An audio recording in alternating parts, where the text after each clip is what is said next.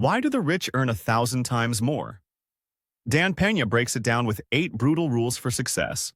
Unless we build the right foundation, the house will be wobbly, and it'll be, we got to build the right foundation. And for the most part, most people in this room and most people listening on YouTube have to come to the realization, as sad as it is, that you have pissed, you have urinated heretofore up until this morning, your entire life down a hole. Very simple. That's it. If you want to create massive wealth. If you just want to be a happy, slappy housewife from Dundee, or a happy, slappy bimbo from Toronto, or a happy, slappy guy who goes to the Little League games in Mesa, Arizona, then that's okay. But if you want to create some money, and money's not everything. But if you don't think money can buy happiness, you don't know where to shop. You can get money and then go save the world. You can get money and save the forests in Brazil. You make money and go save global warming, which I don't believe in. You can, and save the kids in Biafra and all that shit. But without money, you can't save a thing. Don't you understand? Don't the idiots on YouTube understand that? Until you make some shekels.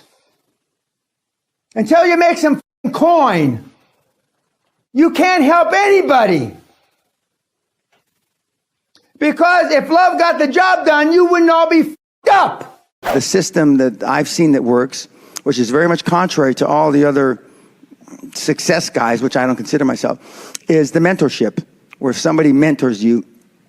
So you find somebody that is where you want to be and has accomplished all this, either man or woman, and then you find them and you come to them with your dream and your passion.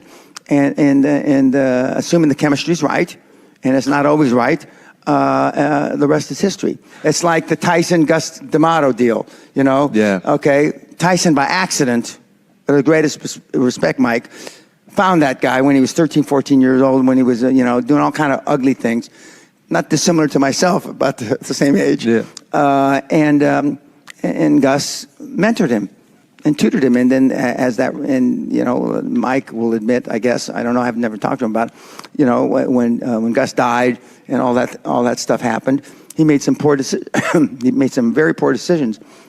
So you got to find that person, and you don't just, you're not just going to find him, walking down the street, on the high street. I mean, you have to make a concerted effort to find somebody that you look up to. And normally that person is several years older than you, but they're successful in what you want to do. What takes you off? What really sets you off right now? You mean irritates me? Irritates you, pisses you off, yeah. Man's greatest burden is unfulfilled potential. Man's greatest burden is unfulfilled potential. And I say, when I look at the audiences, and I know that maybe only 1% are going to achieve their potential. Not fully. I still haven't fulfilled my potential, but unfulfilled potential is man's greatest burden, and it breaks my heart because I know what you kids are capable of. I know I've had kids with 80 IQ to 180 IQ that I mentored that have done big deals. Actually, the 80 IQ did better than the 180 IQ. Okay, and I know what they're capable of, and I know how 10 million or 100 million or whatever the number is changes lives, and then all of a sudden, you believe that you can walk on water. You believe that you can take a loaf of bread and feed however many he was supposed to have fed, and make water into wine. And when you believe it, see, the true test of a leader is when you've trained other people to be leaders. It's in you, kids. I mean, you can do it. If you want it bad enough, and you stay focused and you're willing to maintain that commitment. Prayer is great. Contemplation is great. But if you don't take action, all the rest is wasted. And what the kids today have trouble with, they connote reading a book to taking action. and I'm not saying you shouldn't read, because I've read the classics, I've read Shakespeare and all that stuff.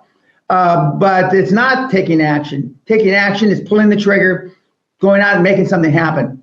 And even if you fail. My dad was a workaholic. He was a cop, but he was a workaholic. When he retired from the LAPD after 28 years, he had 700 plus days they wrote him a check for, and he never took a day off. 728 years. He never took a day off. He was always at work. So I saw that. And I saw, although then he went with the CIA and he became a college professor, but I saw him work hard. And I aspired to follow my dad in my dad's footsteps as far as that was concerned. I turned 16, which is when you can get a permit to work legally, and I got a job as a box boy, which they don't have anymore, where you put groceries in the ladies' bags and you help them out to the car. The first month that I worked was August 1961, when I turned 16. So my birthday's the 10th, so I worked 21 days. My paycheck for that, because I just happened to look it up, was $241. So I worked about 240 hours in 20 days. You got a headache, you don't want to work, I'll take your shift. You want to go to the beach, I'll take your shift, okay? So my first 20 days I worked, I was averaging 10, 12 hours a day when I'm 16 years old. I realized, as Elon Musk recently said, if you work 80 hours a week and another guy works only 40 hours a week, unless something's wrong with you, you're going to get twice as much done. I discovered that. We have two bank accounts, like I said earlier, a financial bank account and an emotional bank account. And where we all fail, myself included, is emotionally. I get afraid, but it's not what happens to you in life, it's how you react to what happens to you in life. But I just push through. I'm so used to success now. Not blowing smoke up my own ass.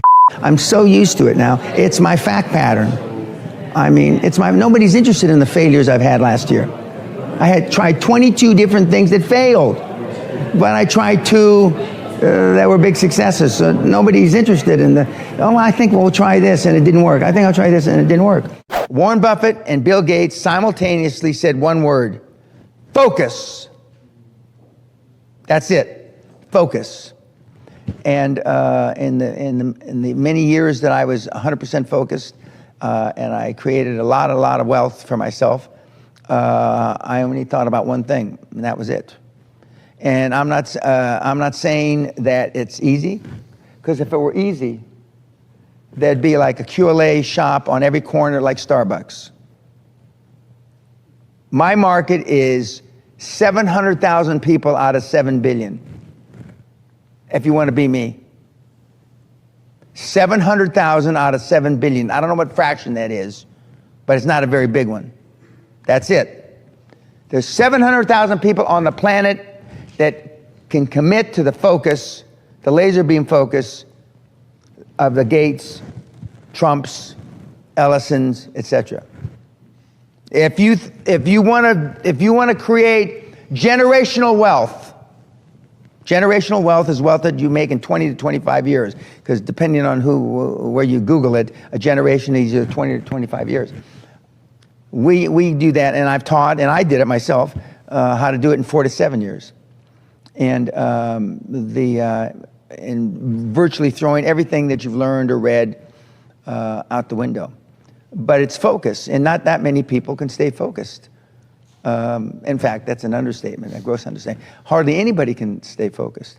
If you had to keep track of 7 days a week, 24 hours a day, what you do, you would be shocked, astounded, overwhelmed, or as they say in Britain, gobsmacked, how much time you waste. And I make them keep track of every minute of the day. Every minute of the day. And it's not easy. It's not easy. When you find out, I have people that have come to the seminar that spend 20 hours a day walking in the fresh air and meditating. 20 hours a week, excuse me, not a day. 20 hours a week. And they don't get anything done. And they don't feel relaxed.